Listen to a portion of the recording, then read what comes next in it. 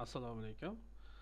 Azizlar, bugungi darsimizda sizlar bilan ADNS'da uchrab turadigan xatoliklarni ko'rib chiqamiz. Hozirgi ko'rib turgan xatolik ошибкamiz mana ошибка formati потока yoki bunisi. Ошибка formati потока. Bu ошибка qachon sodir bo'ladi va qachon ishga tushadi? Qachonki kompyuter o'chib qolsa, svet o'chib qolsa, statsionar kompyuteringiz bo'lsa, svet o'chib qolsa, agar UPS bo'lmasa yoki ADNS yoqiq turibdi-da, kompyuteringizni kimdir o'chirib qo'ysa va notebook bo'lsa, zaryad qolmay o'zi o'chib qolgan bo'lsa, xuddi shunaqa ошибка chiqadi, xatolik. Buni qanaqa qilib bartaraf qilishni ko'rsatib beraman. Buning uchun mo'y kompyuterga kiramiz, C diskiga kiramiz va program files ga kirib, ADNS papkasiga kiramiz. ADNS F8 ga kirib, platforma versiyalariga kiramiz azizlar. Bin va bu yerdan bizga kerak bo'ladigan narsa CDB fayli bo'ladi. Mana shu faylni keyingi safar bunaqa qilib qidirib yurmaslik uchun отправить рабочий stol qilib rабочий stolga tashlab qo'ysak bo'ladi.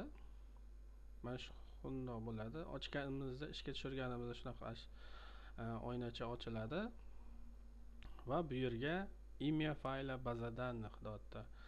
Baza данных, bazangizni ko'rsating deyapti.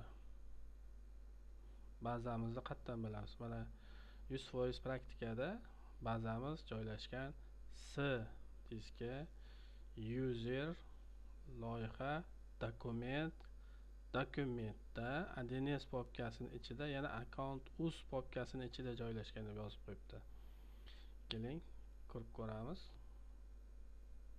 Mo'y dokument, ADNS, mana account us. Mana shu fayli baza данных deyiladi. Mana shu baza данных. Biz endi mana bu yerga galочка qo'yamiz va mo'y dokument, ADNS, account us deymizda, mana shu faylimizni tanlaymiz va vyuplnet bajaramiz. Agar xatolik bo'lsa, programmani o'zi to'g'rilab oxirida yakunlaydi. Agar xatolik topilmasa, xatolik topilmadi deb yakunlab beradi azizlar. Ошибка обнаружена deb chiqdi. Demak, xatolik unda bo'lmagan. Xatoligimiz keshda. Ya'ni mamlaqa xatolik chiqqan bo'lsa, bunaqa xatolik chiqqan bo'lsa, demak, keshni tozalab olish kerak. Kesh o'zi nima? ADNS ham ishlash jarayonida har qanday musorlar yig'ilib qoladi, keraksiz fayllar paydo bo'lib qoladi. O'sha keraksiz fayllarni tozalab yuborishimiz kerak.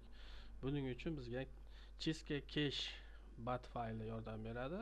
Buni ishga tushiramiz, bo'ldi. Ozgina bitta fayl ochiladi, yopiladi. Bu o'zi ishga tushib yopildi degani, azizlar. Va ADNS ishga tushirib ko'ramiz. 100% ishlashi kerak.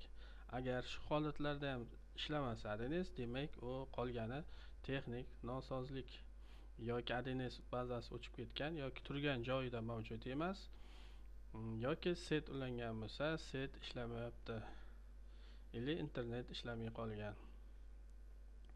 Azizlar, agar sizlar ADNS dasturini mukammal professional darajada o'rganmoqchi bo'lsanglar, video darsliklarimiz mavjud. Murojaat qilasizlar. Sog' bo'linglar, salomat bo'linglar.